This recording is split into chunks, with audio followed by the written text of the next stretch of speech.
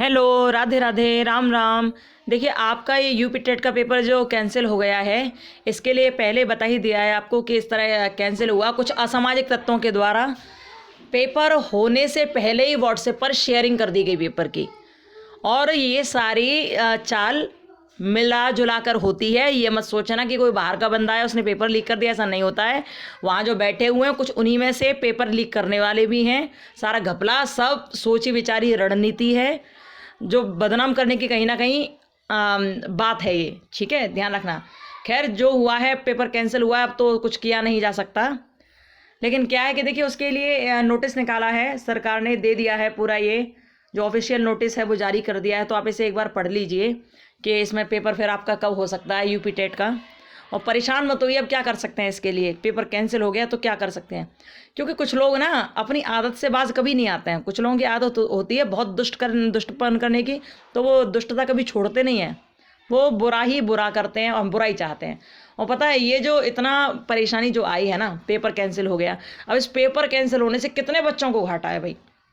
बच्चे बहुत दूर दूर से आकर अपने एग्ज़ाम सेंटर पर पहुँचे थे, बहुत दूर दूर से आकर तमाम किराया भाड़ा खर्च किया, अपने लिए कहीं होटल बुक किया, रहने की जुगाड़ करी। अब घर के जो माँ बाप हैं घर पे, वो रोज़ रोज़ पैसे कहाँ से दें बच्चों के लिए, कहाँ से दें बीएड वाले स्टूडेंट्स के लिए, और ये यूपी टेट के एग्ज़ाम के लिए और भी एग्ज़ाम के लिए घर वाले पैसे कहाँ से दें भाई। इतना पैसा नहीं है ना।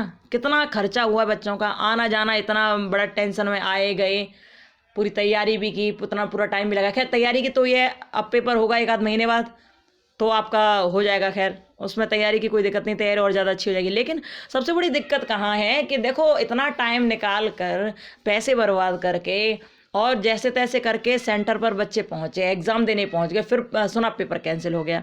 इसमें कितना खर्चा हुआ, इधर ये खर्चा, दूसरा सरकार ने भी जो करोड़ों अरबों रुपया खर्च किया है पेपर वगैरह बनाने में और ये सब काम करने में, तो ये पैसा कहाँ से आएगा भाई।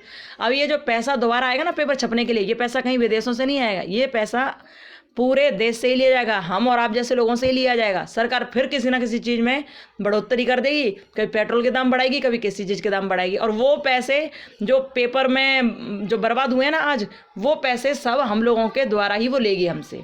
ऐसा होगा, यानी कि हर तरह से हानि जनता को ही भोगनी है और किसी को नहीं भोगनी है। पर कुछ मूर्ख लोग ऐसा काम, गड़बड़ काम कर देते हैं, पेपर लीक कर दिया या कुछ ना कुछ नकल पहुंचा दी तो पेपर कैंसिल हो गया। ऐसे काम कर देते हैं बस कुछ पैसों के लालच में पूरे देश का भविष्य खराब कर दे रहा है, सब लोगों का भविष्य खराब कर दे रहा है। वो पता नहीं क्या करवा के छोड़ेंगे ये लोगों में, तो समझ नहीं आता इनका क्या है। ऐसे बेशर्म इंसान भी दुनिया में है, क्यों है पता ही नहीं। चलो हम लोग ये ऑफिशियल नोटिस पढ़ते हैं, इसमें क्या लिखा है, ठीक है, देखते हैं। ऊपर देखिए, इसमें लिखा है प्रेषक सचिव परीक्षा नियामक प्राधिकारी उत्तर प्रदेश प्रयागराज, सेवा में समस्त जिलाधिकारी उत्तर प्रदेश। ये सभी जिलाधिकारियों के लिए उत्तर प्रदेश में जैसे 75 जिले हैं ना, सब जिलाधिकारियों के लिए ये नोटिस भेजा गया है। दूसरा पॉइंट है समस्त जिला विद्यालय निरीक्षक उत्तर प्रदेश, जितने भी कॉलेजों में सेंटर पड़ा था ना उन सब के लिए ये, ठीक है, सभी जिलाधिकारियों के लिए है, और सभी जो जहाँ सेंटर पड़ा है उन विद्यालयों के निरीक्षकों के लिए, ठीक है, सभी के लिए। तो आगे पढ़िए, इसमें लिखा है पत्रांक, फिर ये सब लिखा है, इसमें गोपनीय लिखा है, क्या है ये देख लिया आप, TT 2021 9099, फिर 10008, फिर ये देख लीजिए, ठीक है। दिनांक 28/11/2021। विषय क्या है, विषय है दिनांक 28/11/2021 को आयोजित उत्तर प्रदेश शिक्षक पात्रता परीक्षा 2021 को स्थगित किए जाने के संबंध में। ये ऑफिशियल नोटिस है, ठीक है। इसके संबंध में पत्र भेजा है इन्होंने, ठीक है। किसने भेजा है, परीक्षा नियामक ने, परीक्षा नियामक प्राधिकारी ने, अधिकारी ने, ठीक है। और इन्होंने क्या लिखा है इसमें, इन्होंने लिखा है महोदय, उपयुक्त विषय उत्तर प्रदेश शिक्षक पात्रता परीक्षा 2021 दिनांक 28/11/2021 को दोनों पालियों में आयोजित होने वाली परीक्षा को शासन द्वारा अपरिहार्य कारणों से निरस्त किए जाने के निर्देश दिए गए हैं।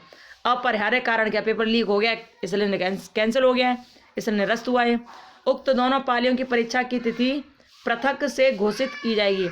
देखो, योगी जी चाहे 100 अपने इंतजाम कर लें, लेकिन जो नीचे वाले लोग हैं ना, उनमें 2-4 इतने बड़े दुष्ट बैठे हुए हैं जो कहीं ना कहीं पेपर लीक करवा देते हैं, कुछ ना कुछ गड़बड़ी करा ही देते हैं। या वो उन लोगों में कहो, या उन्हीं के कोई पिछलग्गू लगे हुए कोई लोग हैं, या ऐसे लोग कहो जो पहले से पहले ताक लगाए बैठे थे कि हम यहाँ पर ये कर लेंगे। लेकिन एक बात ध्यान रखना, कोई बाहर का बंदा आकर कभी पेपर अपने आप लीक नहीं कर सकता। इसमें कोई ना कोई मिला हुआ है, पहले से कोई मिला हुआ है, पूरी सेटिंग से काम होते हैं। जिसने पेपर लीक करवाया उसको लाखों रुपये मिल गए होंगे, जो पेपर लीक कर रहा है उसे लाखों मिल गए होंगे, लेकिन उनके इन लाखों की हेर फेर में बच्चों का भविष्य बर्बाद कर रहे हैं लोग। इतना पैसा बर्बाद होता है हर चीज़ के इंतजाम में, लेकिन इन लोगों को ये समझ नहीं आता है। कुछ लोग, कुछ दुष्ट लोग सारा काम बर्बाद करके चले जाते हैं। पेपर निरस्त कर दिया और लाखों करोड़ों का नुकसान हुआ या नहीं हुआ? ये बच्चों का भी हुआ, इधर जो प्रशासन है उसका भी बहुत नुकसान हुआ, लेकिन प्रशासन सारा पैसा आपसे लेगी, कहीं और से लेने जाएगी नहीं। तो ये बड़ा गलत होता है। ये हर एक परीक्षा में यही देखने को मिलता है। आगे पढ़िए। उपरोक्त के संबंध में प्रदेश समस्त जिलाधिकारियों से अनुरोध है कि जनपद के समस्त केंद्रों पर दोनों पालियों की परीक्षाओं को निरस्त करते हुए समस्त, अच्छा यहाँ एक पाली नहीं है, दोनों पालियों की परीक्षाओं निरस्त किया गया है, ठीक है। दोनों पालियों की परीक्षाओं निरस्त करते हुए समस्त प्रश्न पत्र एवं उत्तर पुस्तिकाओं को जनपद के जिला विद्यालय निरीक्षक की अभिरक्षा में सुरक्षित रखवाए जाने हेतु निर्देशित करने का कष्ट करें, ठीक है। किस किस को? प्रश्न पत्र को भी और उत्तर पुस्तिकाओं को भी, सबको ले लिया गया है, बच्चों को नहीं दी गई हैं वो, ठीक है। और ये सब किस किस के लिए ये पत्र प्रेषित किया गया है, तो ये सब लिखा ही हुआ है।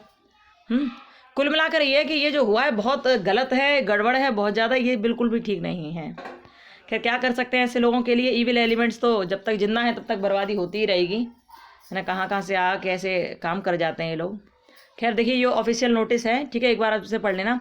और परीक्षा की बात है तो आपका परीक्षा बहुत दूर नहीं जाएगी, एक महीने में या 1 से सवा महीने के बीच में आपकी परीक्षा दोबारा कराई जाएगी, ठीक है।